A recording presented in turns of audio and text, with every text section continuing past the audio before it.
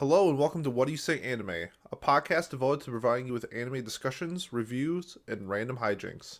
Episodes contain spoilers and possible shit takes on shows you love, so listener discretion is advised. If you are a fan of the show, please consider liking, subscribing, or if you are on Apple Podcasts, leaving a review, as this is the most effective way of growing our channel. We are also on Twitter at What Do You Say Annie, that's What Do You Say ANI on Twitter, where you can stay up to date on the podcast between episodes. So without further ado, let's get started on today's episode.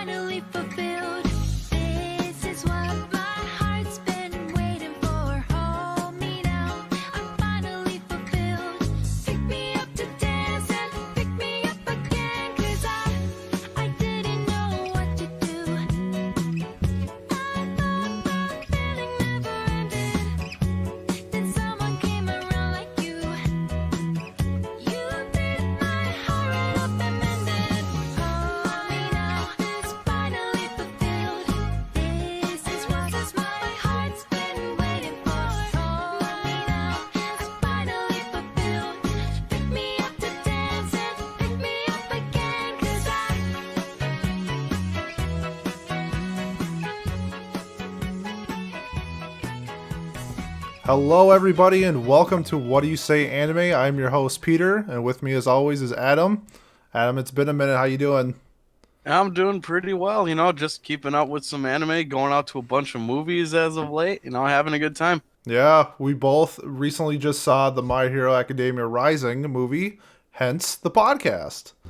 So, let's just catch up. How you been?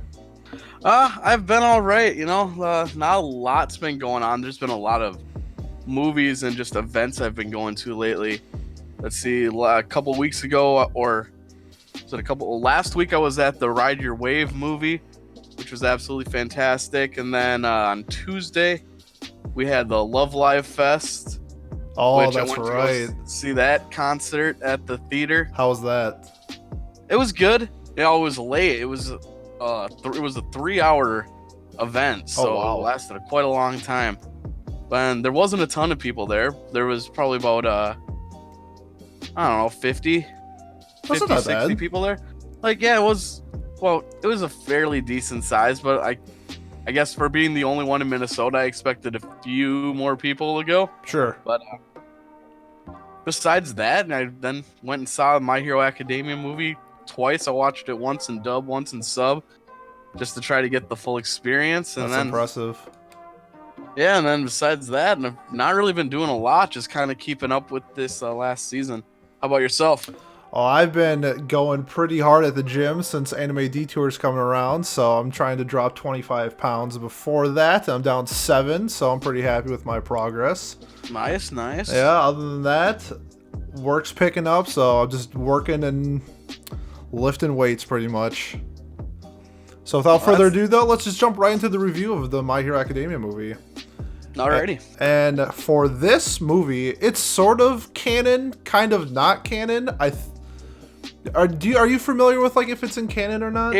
It's technically canon, but with the way which we'll get into at some point, but with the way the events play out, it's like the other My Hero Academia movie where it technically falls in line somewhere on the canon timeline, but it's never going to be brought up. Sure. I think the doctor in the movie gets brought up later. I think I saw somewhere on Twitter that he's if it's adapted into a seasonal show, it's somewhere around season 6 it would be. So I think that doctor will play a point in the show down the road. Oh, absolutely. He becomes a much more prominent character. At least he is in the manga right now. Sure, yeah. But we've got a little bit before that's going to be popping up. And I'm not reading the manga. Are you reading the manga at all? No, I've just seen posts here and there on Twitter and on YouTube channels bringing up some of the events that have happened. I'm in the same boat, so I'm just basing it based off what people are saying on Twitter and just judging it off of what they're saying. And I don't know if it's true or not, but they know more than I do, so I'm just going with their word. So the plot around the My Hero Academia movie is that they are on some form of maybe like spring break, and they get assigned. Maybe it's not spring break. I guess this could just be their job and they get assigned to be the heroes in a local island village. And the story starts with Vin Diesel and his group of Fast and Furious cast members trying to steal PS2s out of a truck.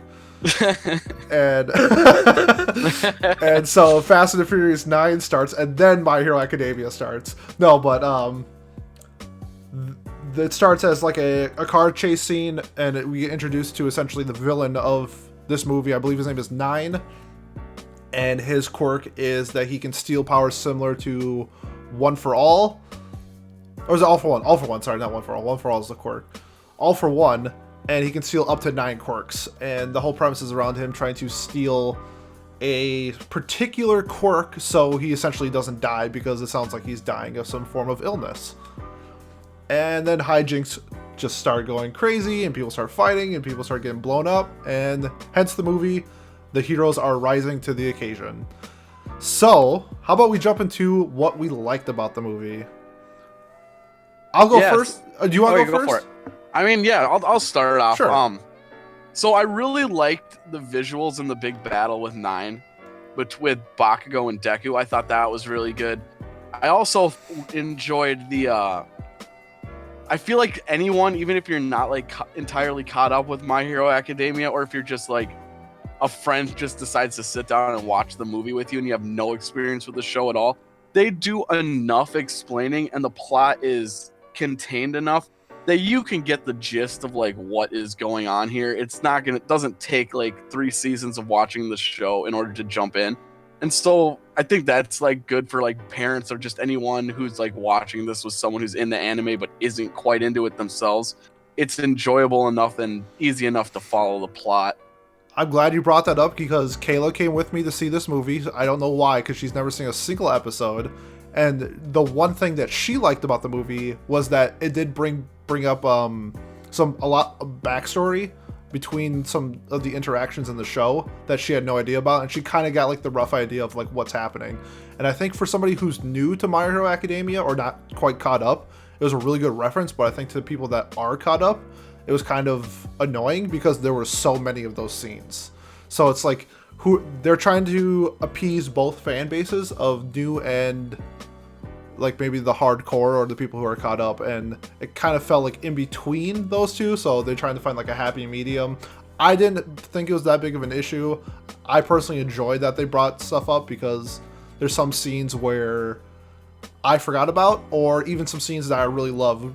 Like in the movie, they show clips of the All Might versus the All for One fight when he like does Detroit Smash and like blows up his face. I like love that scene. So like that the fact that it was brought up was not an issue to me, because I just thoroughly enjoy that scene. Yeah, I didn't mind it. I guess I could see how people who are like super hardcore like My Hero Academia fans could be like, oh, it's filler, or just like it's not filler but like recap, and I don't really need it. But it didn't bother me at all. I also really liked when the movie starts and you kind of get the whole opening. They had like a comic book little like dot art to the whole like opening scene before the whole car chase with the villains. Like again, it was like a recap section where they're kind of explaining what UA is and what the heroes are, but everything was done with that old school comic book like ink dots, which I just thought looked really cool and kind of fit the superhero aesthetic. Yeah, the animation, like Bones is obviously one of the best in the business, and they did an amazing job with this movie. Not only the fights, but just like the normal, just everyday conversations that they were having in the show, along with like the background art was like the island itself was beautiful. And I think Bones did a fantastic job as always on like the animation and the artwork. And then sorry, go ahead. I would say the last like little thing that I wanted to give them props for is I enjoyed the dub voice work. There was a kind of little issue with Bakugo when him and Deku were having a normal conversation for I think the first time Bakugo isn't actually screaming anything. It actually threw me off because his voice still was growly and scratchy like he was a smoker. Yep. And I'm like, but he's not growling and angry. Like sounds a little off, but besides that, the rest of the voice work in the English dub was good. I enjoyed it. I like the little kids too. I'm glad you brought up Bakugo, because I think you and me are on the same boat that we are pretty anti-Bakugo. I think he's a pretty shit character. I thought he was really good in this movie. I enjoyed Bakugo. I'll say this. I don't think he's a shit character. I think he's a shit person. Yeah. He's a fine character, whatever. I don't like him. I don't like him as a person. If he were a real person, I wouldn't like him. Yeah. But in this, you definitely see some of the changes that people were spouting that you'll be able to see after this last arc, which we still haven't gotten in the actual anime. He's still acting the same way, but this you actually see a kind of he's mellowed a little bit. I agree. It definitely seemed like he finally has some form of character development, at least in my eyes, because I don't like you said before, he's a shit person, but you don't necessarily think he's a shit character. I think he's a shit person and a shit character, so it's like, to me, I actually saw character development in this movie from him, and I honestly thought he was the best part of the movie, which is shocking. Because I'd give you that. Because I'm pretty anti-Bakugo, if you can't tell. But like you said, along with the animations, I thought the fight scenes, I thought there's two in particular that are going to be like, when the Crunchyroll Awards comes around, they do like Fight of the Year. I think there's 2 nominations for the fights, and that's the Todoroki, Sue, Ida, and Red Riot fight against the Chimera. And then also Bakugo and Deku versus 9. I thought they were both fantastic, top tier, amazing fights. This is like what I expect from My Hero Academia. And personally, I like that Todoroki team fight the best. The animations on the Bakugo Deku fight were way better. Like, they put their money into that fight since that was like the climactic ending. I just like the aspects of the Todoroki fight better, and I love how like Todoroki's just like, go into hibernation and freeze your entire body like inside of his throat, which was, I thought that was so cool. Yeah, it felt like they did a really good job of teamwork throughout the movie, actually. Besides like if anything, the Deku and Bakugo fight was the worst bit of teamwork that we see, and it's just a lot of bombastic, awesome action with that one. But all the other fights that we see people using their quirks in creative, unique ways and combinations you really wouldn't expect. Yeah. Which made that fight with Chimera like all the more epic, because you see them using their quirks in different ways that were kind of like, I like the way they did that. Yeah, because it was like towards the end of the fight, like Chimera is about to whip Todoroki with his tail, and then Ida comes in, like kicks the tail down, and then he's gonna like punch Todoroki, and then Sue like uses her tongue to like hold back the fist. And it's like, I like that dynamic of like, you guys are working together. Like, you don't, like, they obviously have like a plan that Todoroki's gonna be the one to finish him off, and that plan went together, and it was really great. And Red Riot used his Unbreakable as like a battering ram or a shield to get Todoroki in, which was just like, you use their quirks in a really nice way that combined really well. Agreed. And I do want to say one thing on the fight, that there was like a really cool teamwork thing that I personally enjoyed. I think Deku got like his ass like kicked backwards, and then Bakugo caught him, and then they started doing like barrel rolls while Bakugo was like shooting with his right arm and then like holding him with his left, and essentially like create like a cyclone and then like launch Deku back at him. I thought that was badass. I'll give you that. I just felt like of all the fights, like that one had just a lot of like really big explosions, a lot of those like grandiose, epic, like cinematic, like more like Hollywood cinematic explosion feels to it. It's the Michael Bay. Yeah, it's like the Transformers explosion. But like, yeah, everything else felt like a more choreographed fight, that stuck out to me like a big difference between the two like combat styles that they had. I know exactly what you're saying, and I agree with that. It definitely had that Michael Bay aspect of, okay, cue the explosions, boom, type of thing. So, did you have anything else that you liked about the movie before we start nitpicking? I guess that's pretty much it for me. I thought the kid characters were fine. Like, I don't think they were either a positive or a negative thing on it. I think they were all right. Okay. I didn't hate them. Yeah, I know what you mean. So, how about we jump into the fun part and let's start talking about the things that we did not like about the movie. All right, I'll let you start with this one. Okay, my biggest gripe with the movie is the biggest plot hole that they know who they're looking, the villains. The villains know who they're looking for. They know exactly where he is. They can literally just go to the island and kidnap him. But what did they do? They ram a fucking ferry into the island. It's like, what's the point? You don't need to cause this chaos. And because of that, they can't find the kid, and they have a hard time finding the kid. And then Deku comes and interrupts them. It's just like, the plot holes in this movie made no sense to me. They needed to, like, I wish they could have done it where, like, they needed to crash the ferry in order to draw somebody out. That would make sense. But, like, the island is, like, peaceful and they're just having a fun time. Like, you literally could just go in street clothes and it wouldn't be an issue. And just, like, this plot hole of, like, nope, we're just gonna ram this ferry in just because we can. I was like, you could have okay. Hitman'd the whole thing. You Exactly. just walk in, stealth, just get in, get out, and no one even has to know you're there. Yeah, I wish, like, that's a fair point. I wish it was like this kid was like maybe like a sheltered kid or something like that, and like they caused panic where like he needed to come out of his house or something, like a reason for the commotion.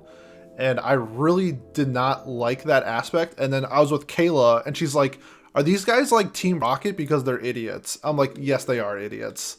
So That's just like, that's a very fair. I didn't even consider that, to be honest. But yeah, you're 100% right on it. Like, there really wasn't a reason for them to cause the mayhem in the first place. yes. And just a little minor plot hole of when they run to like the other island on the island and they know exactly where the little kid is, even though they knocked out the communication tower. So they have no way of like confirming where anybody is because the technology doesn't work there because they knocked out all the power and they knocked out, I guess not the power, but the communications. Like, this kid is right here on this island. I'm like, how did you know that? Like, he could be hiding in a hole somewhere, but that's just one little thing I didn't like. So, Adam, I'm gonna toss the ball to you. What's something that you did not like about the movie? I feel like the way that it, as much as we were praising the fight scenes, the way that they ended it, I guess it gets into a little bit of spoiler territory For sure. with it. But like, I know they don't want to have the movie end up having a big impact on like the major narrative that's going on in the show. I It's definitely supposed felt to that be way. like a filler arc made into a movie. I mean, that's how most shonen anime movies have always been. From like, well, DBZ, like the Naruto movies, the One Piece movies, they're one-off side stories that, whether they're canon or not, they don't have any impact in the actual show. But the way they did it in this one, being that it is technically a canon movie, is that they have a miracle happen and memory loss. It's just like, come on, there could have been like just my thought is, why didn't they just, because the kid's quirk that's trying to be stolen is that he can he can make his genes accelerate, or is it genes? Blood Not cells. genes. Blood cells, cell acceleration. So whenever someone's like injured, like they heal faster, their cells like just reproduce and grow quicker. And so he uses that for a healing mechanism. But they really could have just said that the cells were enacted when he healed them the first time, and that's why like the one for all quirk doesn't pass on to Bakugo. Yeah. Like, that the genes just reproduce so fast that it treated it like a virus, this new quirk, and just booted it from the system. Something like that, instead of just the previous users of One for All caused the miracle to happen. Yeah. I do want to talk Like about the ending towards the end of the podcast, but I know exactly what you mean. That's just really my gripe. My biggest gripe is that it felt like they just Deus Ex Machina the whole ending. So similar to what you were saying about how this is like, it's treated as if it's a filler, which is perfectly fine. That's why I liked Two Heroes, because I knew it was filler, and it took itself as like, it was fun. Like, it wasn't being serious. Like, they were having a party and all this stuff like that, and like the fights were fun, and like the dialogue was really fun, and it felt like a filler movie to me. This seemed like they were trying to be canon in a filler movie, and it wasn't working out. And it's just one reason why I preferred the Two Heroes movie over this one, where it just, the whole filler aspect of it trying to be serious really like took it down a notch for me. And speaking of the dialogue, I thought the script for this movie was horse shit. It was so boring to listen to these kids talk about the same shit for an hour and a half. When there weren't fighting going on, it was like, I'll give you an example. They're like, Yuricha or whatever her name is and Deku are like having a conversation, and then she's like, yeah, you're a hero, Deku. I'm just like, this is so corny bullshit. Like, nobody talks like that. This is the dub, by the way. I saw it in the dub. So okay, I didn't mind that. I actually kind of liked that line. Okay, but that's for me, that line specifically where she's like, you're a hero through and through, was specifically just that his whole character has always been like, it's about helping people before anything, and that's kind of like what a true hero really is. And so when she says you're a hero through and through, it's like, you are a real hero, more so than like everyone else who's like, I don't know, like superficial heroes, which was kind of the whole Stain arc. But yeah, that was what was a kind of a callback to me, was like that whole arc. But if you didn't see that arc, it wasn't just the line. It was more of that. It was that type of line throughout the entirety of the movie. Even an example, when they were in the bunker discussing like what they're gonna do with the plan, and the kid's like, he's coming after me, and they're like, okay, like we all just got our ass beat. We're all trying to come up with a plan. We're all like stressed out of our minds. They're like, you know what we're gonna do? Plus Ultra. It's like, come the fuck on. You guys are like got your ass whooped.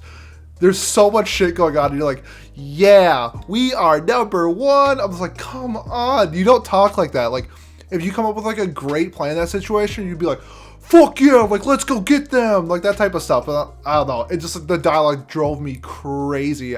And Kayla fell asleep during like most of the dialogue because she thought it was so boring too. So I just want to throw it out there that it wasn't just me who thought that. Luckily, me and Kayla have similar tastes, so it worked out. Yeah, I guess that for me, that wasn't really a negative. I don't think it was a positive, but like that just sounds very My Hero Academia. It does, but maybe it's because it's a movie where if I watch it in episodic and it's like 22 minutes, like I don't get that many like scenes of that type of stuff when it's a 2-hour movie and I'm getting, all right, let's go plus ultra for every like 8 minutes for 2 hours. To me, it just like, nobody talks like this. Like that might be, that does make sense. Even in the show, they don't really talk like that. They do it like when they're in like the classroom or something like that. They're like, yeah, like we're a class. Like that's different. But like when they're just like out and about being normal teenagers, they're not like, let's go plus ultra. That's like, come on, you guys are killing me. You don't talk like this in the actual show. So that was like a huge disappointment to me. I'm trying to think of what else I didn't like about the movie. Kind of blanking at the moment. The plot, the story, the dialogue. Yeah, it's very cookie cutter. It's, if you've seen an anime shonen movie, like it's this no-named bad guy who's just going to appear in this movie, shows up causing mayhem for vague reasons, and they've got to team up and find a secret power they didn't have before that won't be relevant later to defeat them. Yep. What was I about to say? Damn it. Oh, I guess like the character, I talked about the dialogue, but like the characters themselves, I thought like Chimera, this is going back to good, I thought Chimera was an amazing character. Like I'm really glad that we got to see a lot of that character in the show. Like he was the muscle of the villains. Oh yeah. And I really liked his, like all of his aspects of his character. Like there's like, for instance, like he has like the ability to like shoot some form of fire. I think it's like fire breath or something like that. And he puts a cigar in his mouth and then just lights it from his mouth. Yeah, I thought that was so cool. So cool. Like little things like that were awesome. And then there's like other scenes with the electricity dude. He had like 2 pretty funny scenes towards of it. But like the movie itself didn't have as much comic relief as I thought it was going to be. For an hour-and-a-half movie, it was a lot of dialogue and it really wasn't a whole lot of good like slice of life elements. It wasn't that funny until like towards the end. It got a little bit more funny when there was some comic relief. But I thought, like, this is just going back to the dialogue, I thought the dialogue was pretty stale and boring for the majority of the part, and it kind of, I like went over to like Kayla. I'm like, I'm sorry, this movie sucks. Like, it's so boring. Like, normally they do a lot of cool shit, but they're not doing anything right now.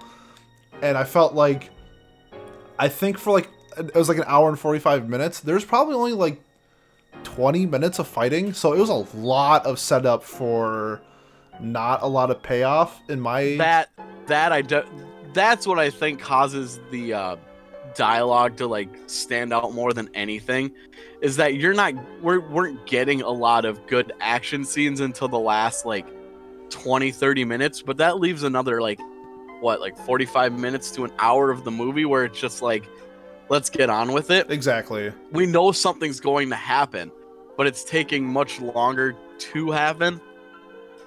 Yeah, it was kind of dragged out. And I'm gonna be a little biased here. I just got done watching The Dark Tournament for the first time, and I also just got done with watching Black Clover's Eye of the Midnight Sun arc, which are two of my favorite now shonen arcs of all time. So now going into this shonen, it kind of like, I want The Dark Tournament right now. Like, that's the level of quality I'm expecting right now. So I am gonna say I understand that I am being a little biased right now.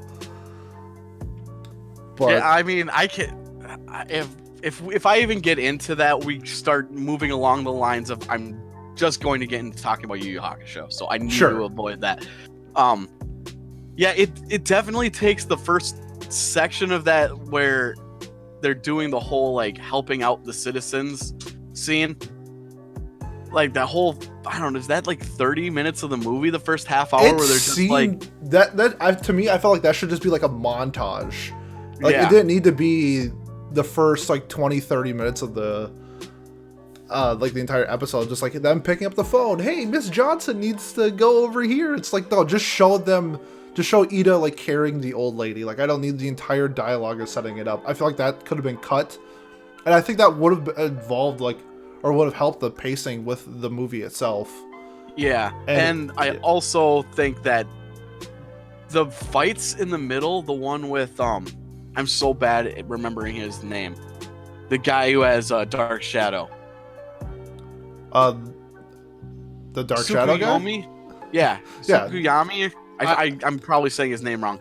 That fight could have been so much better. Yep. It felt like that was just there because they needed to get rid of that villain and they didn't know what to do with it. But like that fight could have been extended, and the fight with Mummy, I felt like could have been a bigger, more badass fights, and you could have cut down on that earlier, like just going around town doing mundane tasks like putting up signs at the beach saying don't swim in the rocks. Yep, for sure. And that probably would have helped with both a pacing issue, and also probably you would have been able to cut out a lot of that like filler dialogue that you didn't like. And they also left Mummy in the boiler room, so he's probably just starving to death. And in terms of they got him out at the end. He was one of the. Did they? They show him in shackles when the police are taking him away. Yes, he was left in that boiler room by himself for like a full like 24 hours. Yeah, he's there for a long time. So how about we talk about the biggest problem with the movie that I think most people can agree on, and that's the ending.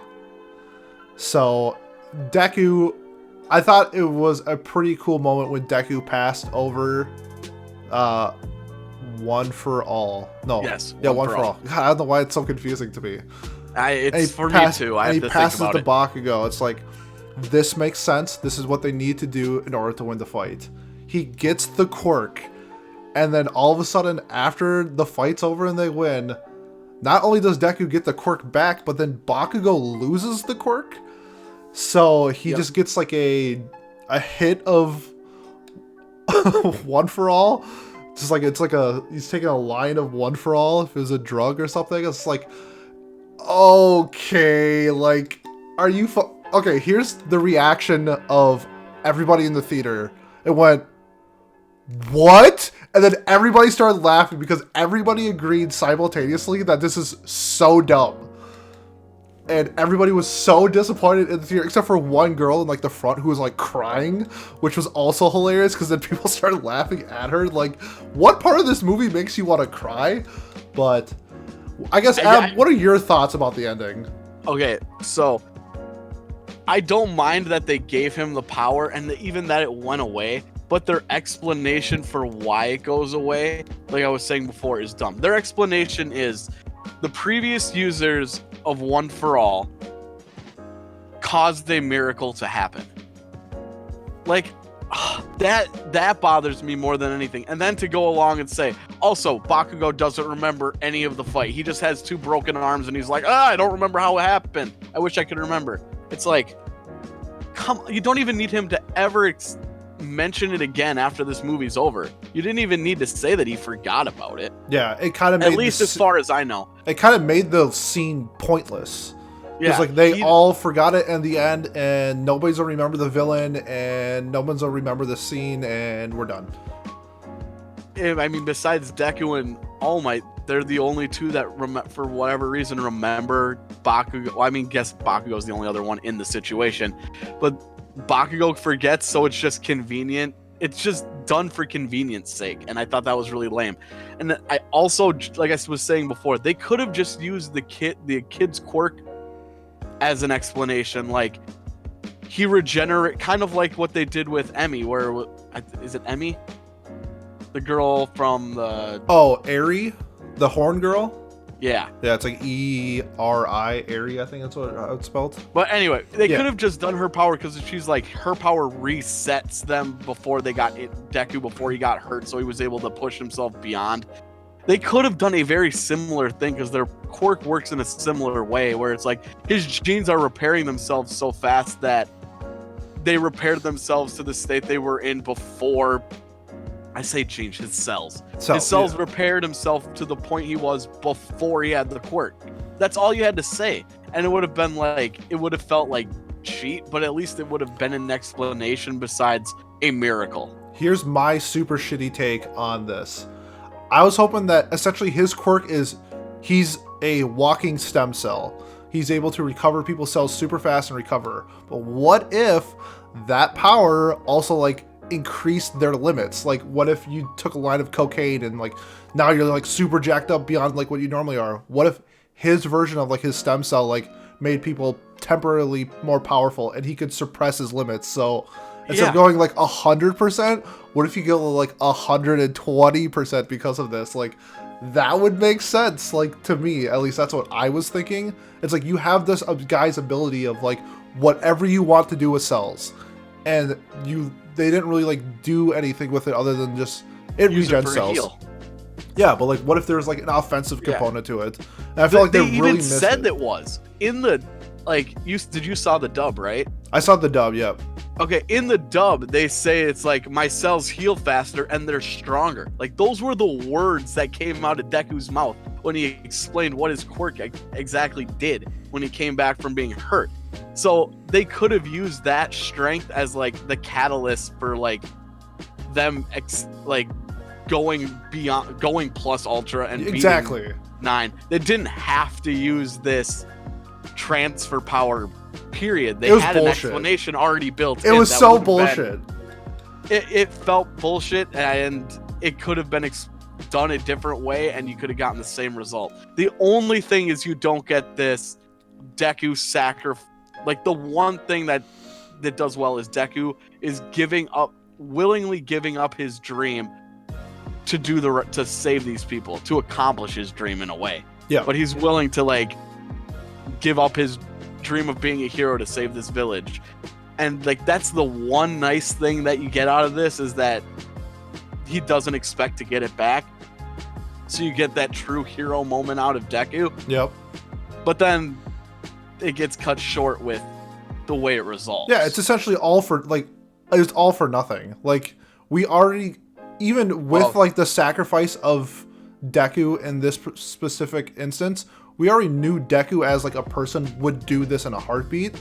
So we know that's him as a person, and then they have that scene and then they make it literally mean nothing other than to Deku himself. I guess All Might, because they're like, I think they're the only 2 that like knew that he transferred. So yeah, it literally means nothing to anybody else except for those 2 characters. And it's like, I don't know, it's so bullshit to me. I just felt like it was like along with the dialogue being crappy, I thought like the script and like the story was pretty crappy. And that was just like one example where they're so like My Hero is really good with like coming up with like new and unique things with these quirks to solve issues.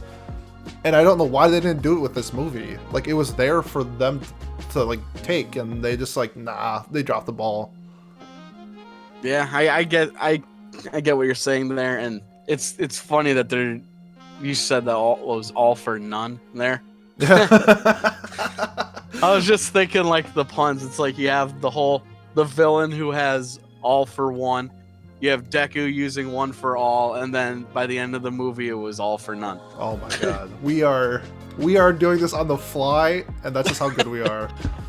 Okay, but yeah, the fight was really cool though. Like with all the complaining about the way it ends, the fight looked epic. The fight was epic. So the good. Like Super Saiyan like effect that they had in their eyes, the glow that they had around their characters, like the color scheme was perfect for it. It was over the top and awesome like you'd expect. But just like the story that this was all contained in was just kind of like, that could have been done so much better. Yeah. But for me at least, transitioning into I think the last little bit is like, I still had fun with it. Like, I think that's the difference between me and you. I did not have fun with it. This became like, going into this, I expected a filler movie that was like every other shonen anime movie I've ever seen since I first watched like the Cooler movie on DBZ Cooler movie back in like elementary school. So like I didn't have a lot of expectations going in, and it pretty much was exactly what I expected it to be. And for me, I give it somewhere around a 7. Okay, I think that's fair. I think I went into it with a little bit higher expectations, especially since of how much fun I had with the Two Heroes movie. I didn't find the dialogue fun. I didn't find the non-action scenes fun or funny or having those slice of life elements that I look for when there's no action. And if you know me, like, shonen is not my favorite genre. I prefer like dialogue shows, so I'm more nitpicky when I see these type of things. And I just wish that with its script that it had, it was a little bit more action based, a little bit more faster paced. I feel like the movie was a little bit too long.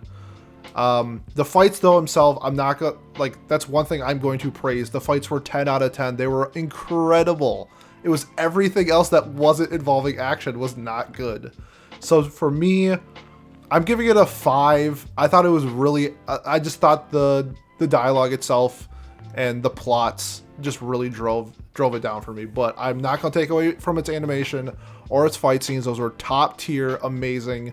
Good job, Bones. Keep it up. All right, but what did you guys think? You can leave your score down below in the comment section and let us know what you liked and didn't like about the My Hero Academia movie. Yes, and if you want to hate on my shit takes, please do that as well. And just for the future coming up, we're going to have a really fun episode next time. And we're doing Anime Jeopardy featuring 3 different anime podcasts. So it'll be really interesting to see which anime podcasts maybe are the most knowledgeable. And Adam will be representing our podcast. Rip us. Yeah, rip us. I have very little faith in myself. Yep. And I'll be introducing the 2 other podcasts in the next episode, so be sure to look for that in about 2 weeks. But other than that, thank you very much for tuning into this episode of What Do You Say Anime, and we look forward to seeing you next time. Have a good one.